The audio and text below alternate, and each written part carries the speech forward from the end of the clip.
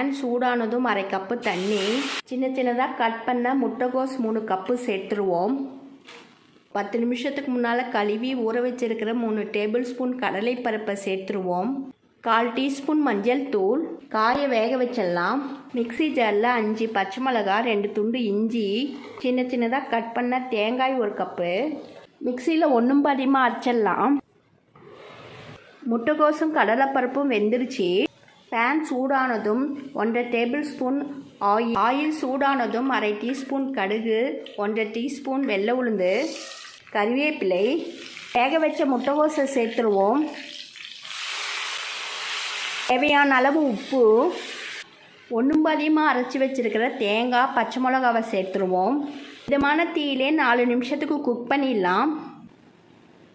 கொத்தமல்லி. முட்டைகோஸ் fry ready ஆயிடுச்சு. இது போல் ட்ரை பண்ணி பாருங்கள். தேங்க்யூ.